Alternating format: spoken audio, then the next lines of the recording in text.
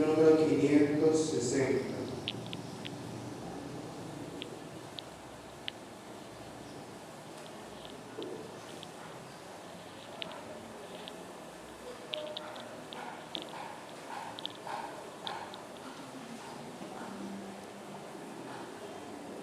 Sé tú mi roca y fortaleza para salvar. Sé y nos invita a pensar en la eternidad, porque Cristo es el único fundamento de la eternidad. Lamentablemente el que no está en Cristo es como el que construye su casa sobre la arena que desfallece, pero el que está en Cristo es como el que ha construido su casa sobre la roca.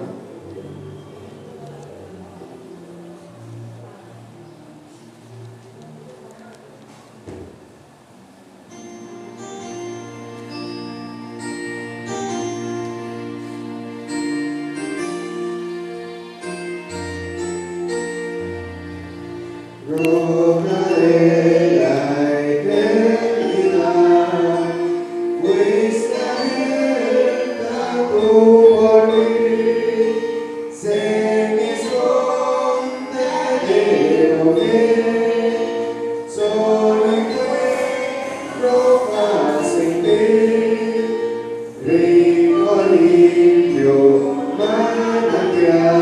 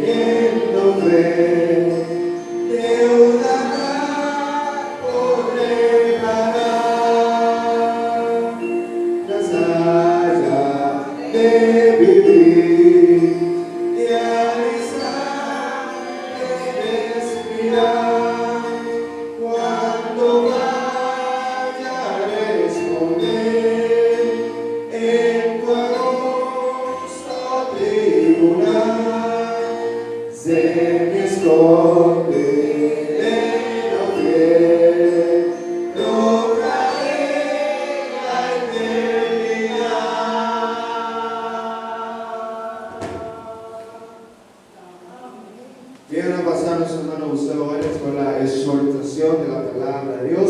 Vamos a ponernos todos en nuestros pies para así reverenciar este momento.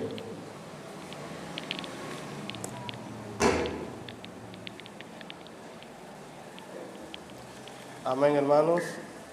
Busquen de inmediato en sus Biblias donde tuvimos la lectura, San Juan, capítulo 6, verso 60, y acompáñenme a orar. Señor, gracias por ese momento, Padre.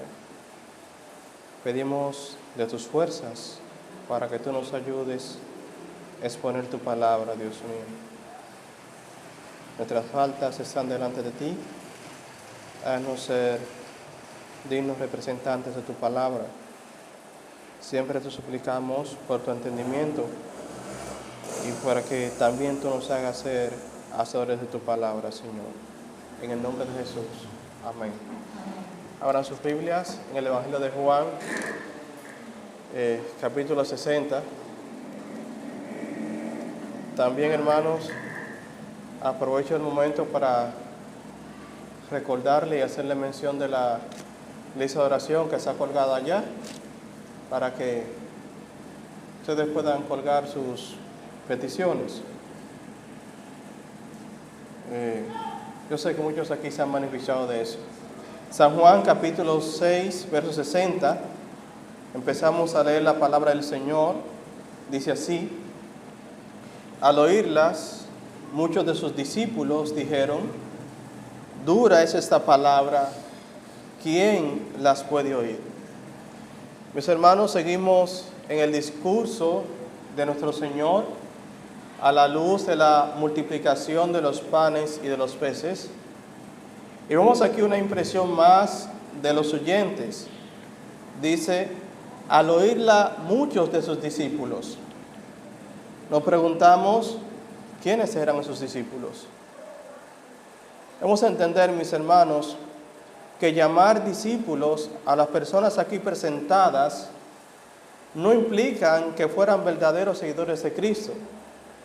El término discípulos o matetes en griego se refiere a alguien que se apega a un maestro como estudiante o aprendiz, pero no implica nada sobre la sinceridad o la devoción del discípulo. Aunque a Jesús lo seguían grandes multitudes, especialmente al comienzo de su ministerio, la mayoría estaba fascinada por los milagros que realizaba, sobre todo por la curación de enfermedades y por la alimentación en al menos 2 ocasiones del Señor de manera milagrosa. Los discípulos que aparecen en ese versículo, el verso 60, no eran diferentes. Ellos se sentían atraídos superficialmente a Jesús por los milagros que habían visto. Lean conmigo el verso 2, dice, del capítulo 6. Y le seguía gran multitud, porque veían las señales que hacía en los enfermos. Seguían a Jesús por las señales. La comida también los atrajo a ellos, tal como se explica en los versos del 3 al 13. Y también, mis hermanos, la esperanza de que Jesús los librara de los romanos. Vayan conmigo al verso 14 y 15.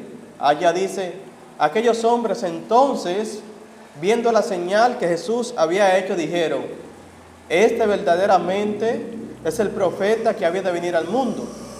Pero entendiendo Jesús que iban a venir para apoderarse de él y hacerle rey, volvió a retirarse al monte solo. Ellos estaban dispuestos a todo eso, pero no estaban dispuestos a aceptarlo como Mesías. Ellos no estaban dispuestos a aceptarlo como Mesías, pero aún no habían tenido o no habían tomado una decisión definitiva. Fíjense, mis hermanos, que esos supuestos discípulos dicen, dura es esta palabra. ¿Quién la puede oír? ¿Qué quieren decir con dura? Dura literalmente quiere decir áspera, marchita, fuerte. Describe en sentido figurado algo severo, desagradable, difícil de aceptar. Asimismo, la declaración paralela, ¿quién la puede oír?, no significa que las palabras de Jesús sean incomprensibles, sino que eran inaceptables. Mis hermanos, ¿qué tienen de duras las palabras del Señor? ¿Qué hay de inaceptable en todo lo que Jesús ha dicho? ¿Por qué el discurso del Señor resulta algo inaceptable para sus discípulos? Recuerden, mis hermanos, que en los versículos 14 y 15, en ese mismo día, en ese mismo momento, hace unos momentos atrás, ellos estaban dispuestos a hacer a Jesús el rey de ellos. Y ahora dicen que las palabras de Jesús son duras y ásperas. ¿Por qué? Mis hermanos, primero, porque Jesús es exclusivo. Jesús no es inclusivo, Jesús es exclusivo, es absoluto, Él demanda todo para Él. Cuando Jesús le pidió que le reconocieran como el pan de vida, tal como Él dijo en el verso 35, yo soy el pan de vida, el que viene a mí nunca tendrá hambre, y el que en mí cree no tendrá sed jamás. Y en el verso 48 Él dice, yo soy el pan de vida. En el verso 51 Él dice, yo soy el pan vivo que descendió del cielo. Si alguno comiere de este pan, vivirá para siempre. Y el pan que yo daré es mi carne, la cual yo daré por la vida del mundo. Jesús dice, yo soy el pan de vida. Es decir, el único soy yo. El único que alimenta, el único que satisface soy yo. Jesús también insistió que la vida eterna solo y únicamente se encontraba en Él. En el verso 53 y 58. Lean conmigo 53 al 58 de este versículo. Dice, de cierto os digo, estamos en Juan capítulo 6, versos 53 al 58. Miren lo exclusivo que es el Señor. De cierto os digo, si no comieres la carne del Hijo del Hombre y bebéis su sangre, no tenéis vida en vosotros. El que come mi carne y bebe mi sangre, tiene vida eterna, y yo le resucitaré en el día postrero. Porque mi carne es verdadera comida, y mi sangre es verdadera bebida. El que come mi carne y bebe mi sangre, en mí permanece y yo en él. Como me envió el Padre viviente, y yo vivo por el Padre, asimismo el que me come, él también vivirá por mí. Este es el pan que descendió del cielo, no como los padres comieron el maná y murieron. El que come de este pan vivirá para siempre.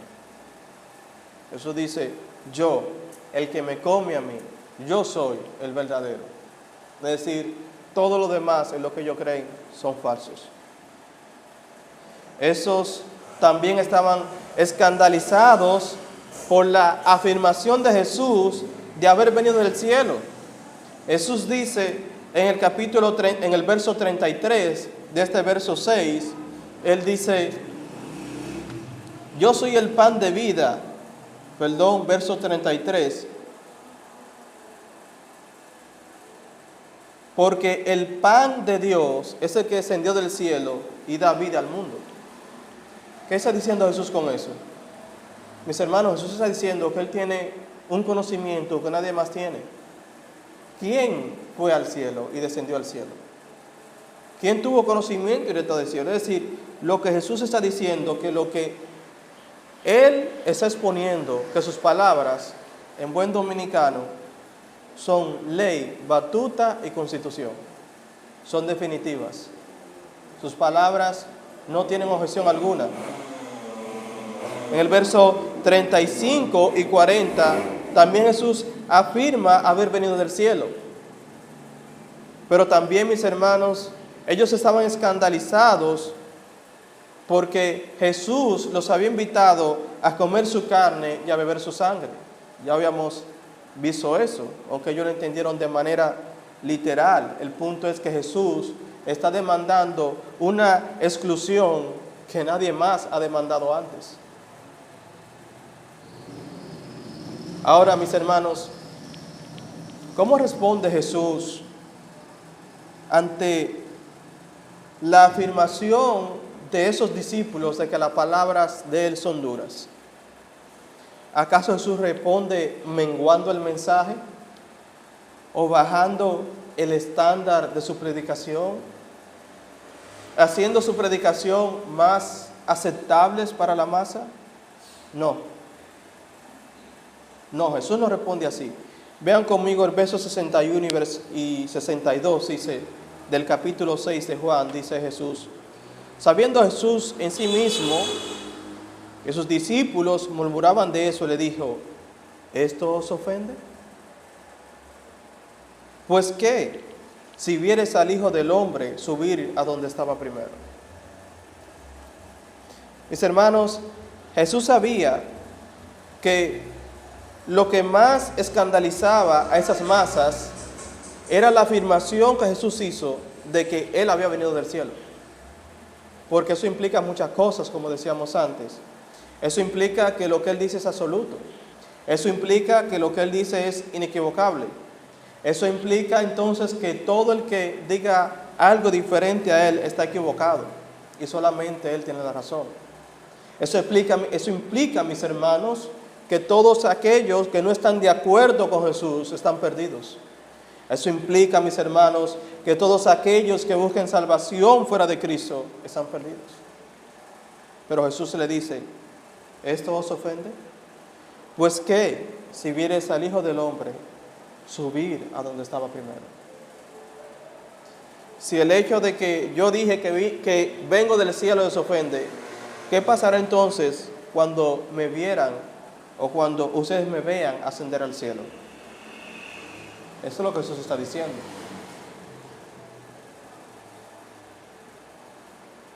Si algunas personas se ofenden por la predicación de Jesús, muchos más se escandalizan por su crucifixión.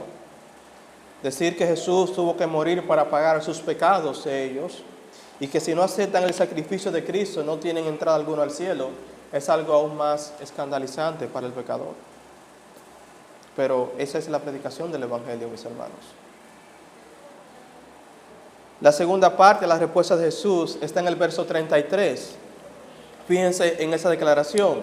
Verso 63. Él dice, el Espíritu es el que da vida. La carne para nada aprovecha. Las palabras que yo os he hablado son espíritu y son vida. ¿Qué quiso decir Jesús con esto?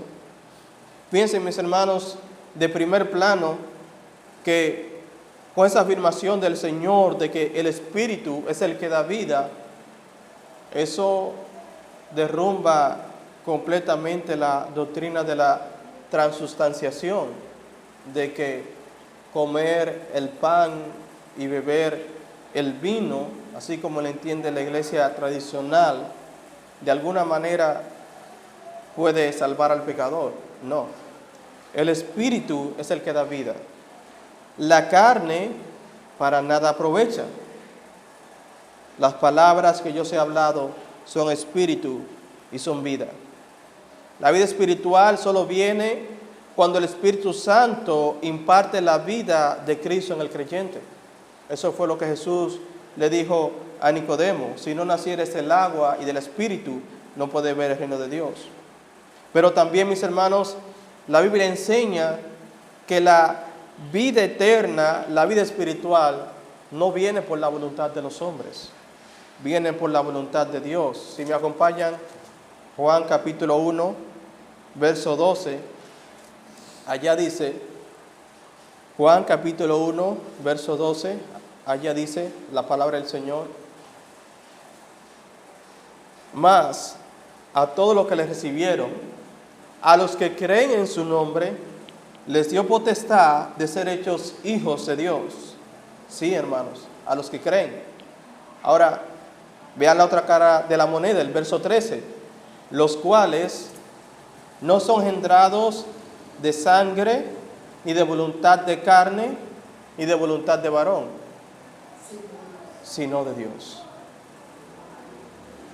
La vida espiritual, mis hermanos, no es una obra de la carne, ni tampoco es algo que se obtiene por los méritos, ni por nuestros esfuerzos.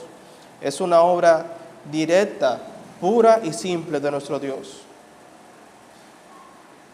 Pero el Señor dice, las palabras que yo he hablado son espíritu y son vida. ¿A qué se refiere con eso? Por supuesto, mis hermanos, nadie puede recibir vida espiritual si no escucha las palabras de Cristo. En otras palabras, mis hermanos, nadie entrará al cielo sin antes escuchar las palabras de nuestro Señor. Ningún pecador entrará al cielo sin el conocimiento de la palabra de Dios. Eso la Biblia lo enseña de manera muy clara. Vean conmigo, por favor, Romanos capítulo 10, versos 13 y 14.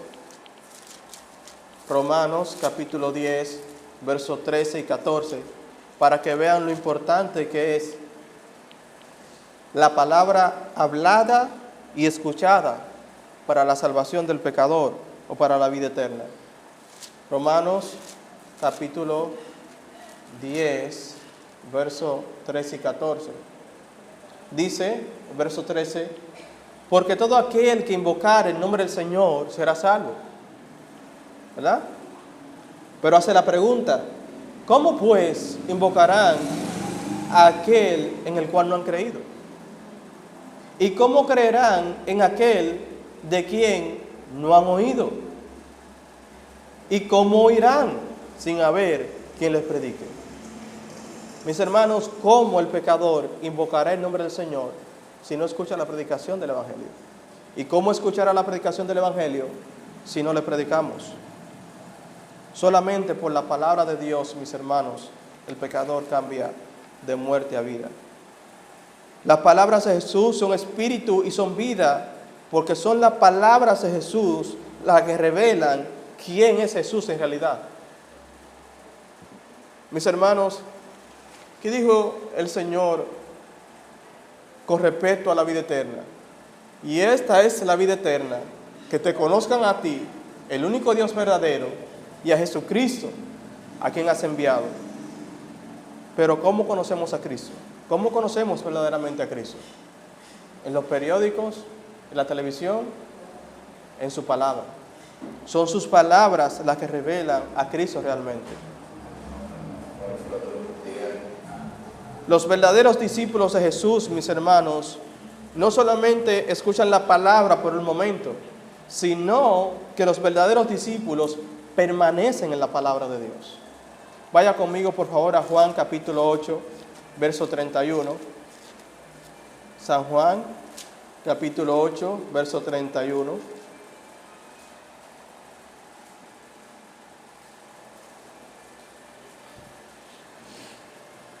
Dice allá el Señor: dijo entonces Jesús a los discípulos que habían creído en Él, a los judíos, Dijo entonces Jesús a los judíos que habían creído en Él. Fíjense que le está hablando a personas que creyeron en Él.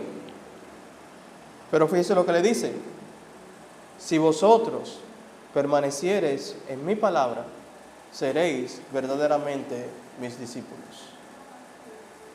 Mis hermanos, vivimos en un mundo donde todo el mundo se identifica como cristiano. Y las personas hasta se ofenden cuando le decimos que no son cristianos. Pero los verdaderos discípulos del Señor permanecen en sus palabras. El Señor dice: si vosotros permaneciereis en mi palabra, seréis verdaderamente mis discípulos. Un verdadero discípulo del Señor permanece en su palabra. Y no solamente eso, sino que las palabras del Señor también permanecen en el discípulo. Juan capítulo 15, verso 7, allá el Señor lo dice, lean conmigo. San Juan capítulo 15, verso 7, Él dice: si permaneciereis en mí y mis palabras permanecen en vosotros, pedid todo lo que queréis y os será hecho. Mis hermanos, un verdadero discípulo del Señor es alguien que está impregnado con las palabras del Señor.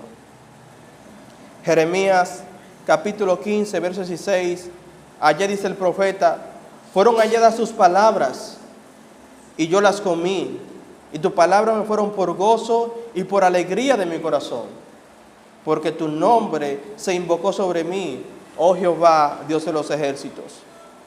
Colosenses capítulo 3, verso 16, dice en la palabra del Señor: la palabra de Cristo mora en abundancia en vosotros, enseñándoos y exhortándoos unos a otros en toda sabiduría, cantando con gracia en vuestros corazones al Señor con salmos e himnos y cánticos espirituales. Mis hermanos, un verdadero discípulo y una verdadera congregación es aquella donde la palabra de Dios permanece, la palabra de Dios es expuesta y la palabra de Dios es el centro en todo. Aceptar las palabras de Jesús significa recibir al mismo Jesús, porque ellas revelan quién es Él. Así la Biblia enseña que la salvación viene por medio de la acción de la palabra de Dios. Mis hermanos, la salvación es la palabra de Dios actuando eficazmente en el pecador. Vayan conmigo, por favor, a Lucas capítulo 8, verso 11. Es la parábola del sembrador. ¿Ustedes la recuerdan? El Señor dice: he aquí el sembrador salió a sembrar, y mientras sembraba, parte de la semilla cayó junto al camino, parte cayó en pedregales, parte cayó entre espinos y parte cayó en buena tierra. Miren cómo el Señor explica esa parábola. En el verso 15 Él dice: mas el que cayó en buena tierra, esos son los que con corazón bueno y recto retienen la palabra oída y dan fruto con perseverancia.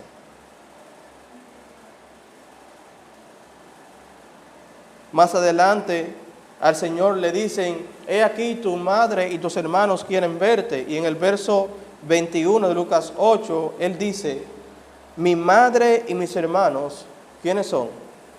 Son los que oyen la palabra de Dios y la hacen. Santiago capítulo 1, verso 18, Él dice, Él de su buena voluntad nos hizo nacer por la palabra de verdad, para que seamos primicias de sus criaturas. Primera de Pedro, capítulo 1, verso 23, dice, siendo renacidos, no de simiente corruptible, sino de incorruptible, por la palabra de Dios que vive y permanece para siempre. Mis hermanos, el punto yo creo que queda claro. Solamente por la palabra de Dios, el pecador puede tener vida espiritual. Nadie tendrá vida eterna, nadie tendrá salvación ajeno a la palabra del Señor. En el verso 64 vemos, hermanos, que Jesús conoce quiénes son verdaderos discípulos y quiénes no. Dice el verso 64 del capítulo 6 de Juan, dice, pero hay algunos de vosotros que no creen. Porque Jesús sabía desde el principio quiénes eran los que no creían y quién le había de entregar. Mis hermanos, como dijo alguien una vez, al Señor no se le escapa a nadie. Al Señor no se le escapa una. Jesús conoce quiénes son sus discípulos. Él conoce quiénes son sus ovejas. Y en el verso 65, Jesús refuerza la enseñanza de la soberanía de Dios en la salvación. Es decir, de que es Dios quien escoge y es Dios quien le ha dado a Él, a los pecadores o a cierto número de pecadores en particular para salvarlo. Él dice en el verso 65, por eso os he dicho que ninguno puede venir a mí si no le fuere dado por el Padre. Y en el verso 66 vemos otra reacción de otro grupo de discípulos. Curiosamente, vean dónde está este versículo. Está en Juan 6, 66. Dice, desde entonces muchos de sus discípulos volvieron atrás y ya no andaban con él. Cuando dice que volvieron atrás, mis hermanos, no es simplemente que se volvieron del camino, sino que volvieron a su antigua vida. Volvieron a su vida cotidiana de pecado. Entendieron, mis hermanos, que el estándar de Cristo era demasiado elevado para ellos y prefirieron seguir en sus vidas en sus vidas secular como estaban antes. Mis hermanos, recordemos que es la palabra de Dios, es ella, la pura palabra de Dios, la que convence a los pecadores. Si Jesús hubiera sido un predicador moderno, hubiera aplicado cierta persuasión o psicología para hacer que esas masas permanezcan con Él. Pero Jesús no hace eso. Mira lo que dice el verso 67. Dijo entonces Jesús a los 12, ¿queréis acaso iros también vosotros? ¿Queréis iros vosotros? Ahora, mis hermanos, ¿por qué se fueron esos discípulos? ¿Se fueron porque eran discípulos genuinos y dejaron de serlos? ¿O tenemos aquí un caso de un grupo de personas que perdieron la salvación? No, mis hermanos. Primera de Juan, capítulo 2, verso 19, nos explica qué es lo que está pasando, qué ocurre cuando eso pasa. Primera de Juan, capítulo 2, verso 19. Miren cómo la palabra de Dios explica cuando un discípulo, entre comillas, se aparta del Señor. Primera de Juan, capítulo 2, verso 19.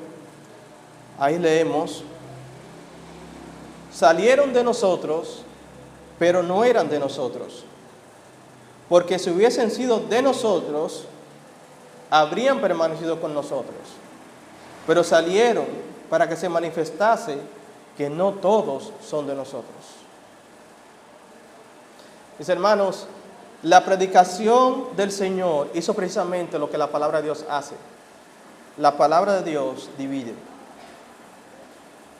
La palabra de Dios une a los verdaderos creyentes, pero a la vez, mis hermanos, divide a los falsos creyentes de los verdaderos creyentes. Cuando el Evangelio es expuesto de manera clara, cuando se expone el estándar de las palabras de Cristo, los pecadores o se convierten al Señor o no pueden sentirse cómodos en la congregación. Pero mis hermanos, lo hemos dicho antes y lo diremos de nuevo, cuando eso pasa, no podemos bajar el estándar de la predicación del Señor. El Señor no lo hizo, tampoco nosotros debemos hacerlo. Por eso Él le dijo, ¿queréis irlo acaso vosotros? Ahora, mis hermanos, vemos que aquellos falsos discípulos se apartan por la predicación, pero veamos ahora la respuesta de los verdaderos discípulos. Vamos a Juan capítulo 6, verso 66. San Juan capítulo 6, verso 66. Miren cómo responde un verdadero discípulo. 68 al 69 dice: le respondió Simón Pedro, Señor, ¿a quién iremos? Tú tienes palabra de vida eterna. Y nosotros hemos creído y conocemos que tú eres el Cristo, el Hijo del Dios viviente. ¿A quién iremos? Tú tienes palabra de vida eterna. Fíjense, mis hermanos, cómo responde Pedro. Él primero responde, ¿a quién iremos? Mis hermanos, el ser humano está hecho para seguir a alguien. El ser humano necesita seguir a alguien. El ser humano tiene una sed insaciable que solamente Dios la puede saciar. Y si no la busca en Dios, la buscará en otro. Por eso, mis hermanos, hay tantas personas que son fanáticos de una cosa o de otra. O son fanáticos de música, de músicos, son fanáticos de comentaristas, son fanáticos de políticos, son fanáticos de los llamados influencers. En fin, ellos buscan a alguien, no buscan a Cristo, pero tienen que buscar a alguien. La pregunta de un verdadero discípulo, o la respuesta de un verdadero discípulo es, ¿a quién iremos? ¿A quién iremos? Mis hermanos, no piense que si usted deja a Cristo, usted se va a caer en término neutro. Si usted se aparta de Cristo, usted buscará a alguien que reemplace el lugar de Cristo en su vida. ¿A quién iremos, Señor? Tú tienes palabra de vida eterna. Eso fue lo que Jesús dijo en el verso 63. Las palabras que yo he hablado son espíritu y son vida. ¿Qué otra persona tienen palabras que son vida? Las palabras de Jesucristo no solamente son sonidos vacíos u oraciones elocuentes, no. Las palabras de nuestro Señor son espíritu y son vida. Solamente las palabras del Señor pueden realmente satisfacer al pecador. En el verso 69 Pedro dice, y nosotros hemos creído y conocemos que tú eres el Cristo, el Hijo del Dios viviente.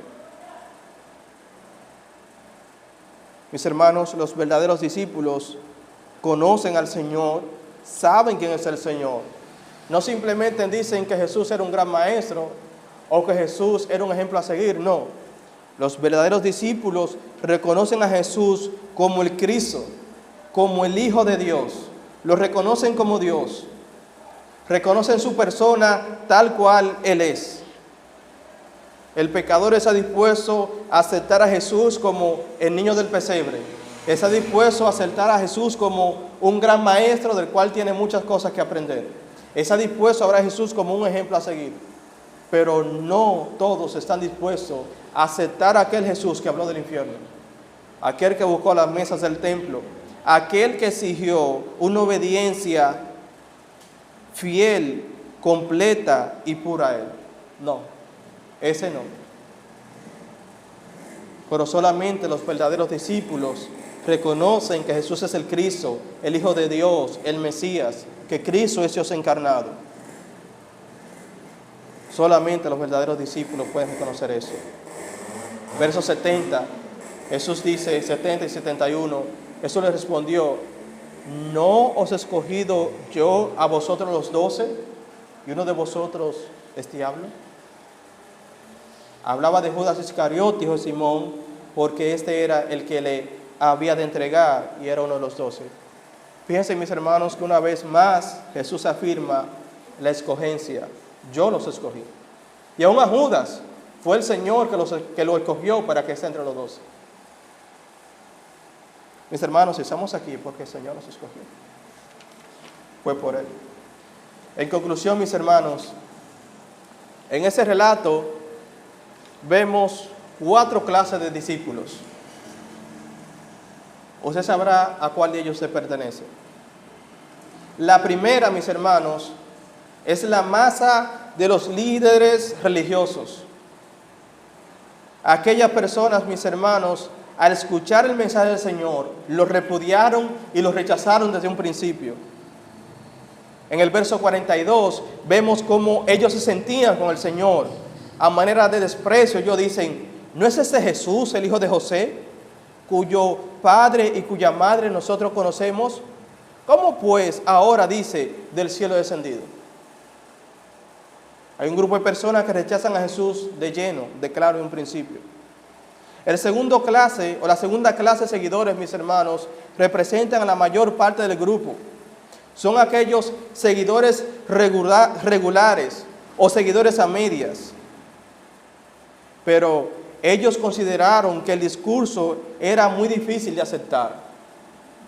Cuando Jesús le mostró que la raíz de esa reacción era su incredulidad, se apartaron de Él o dejaron al Señor.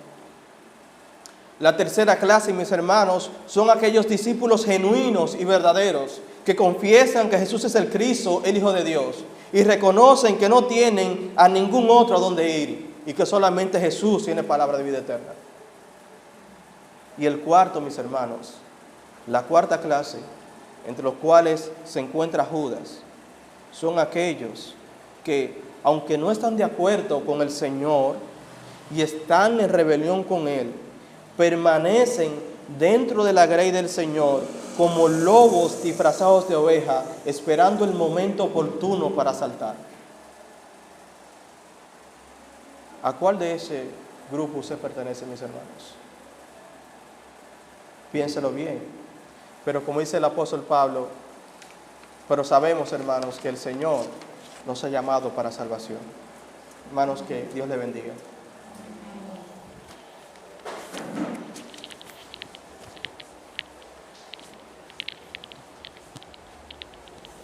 Padre, gracias por tu palabra, Dios. Ayúdanos a ser buenos discípulos, Dios. Que nos certifique siempre.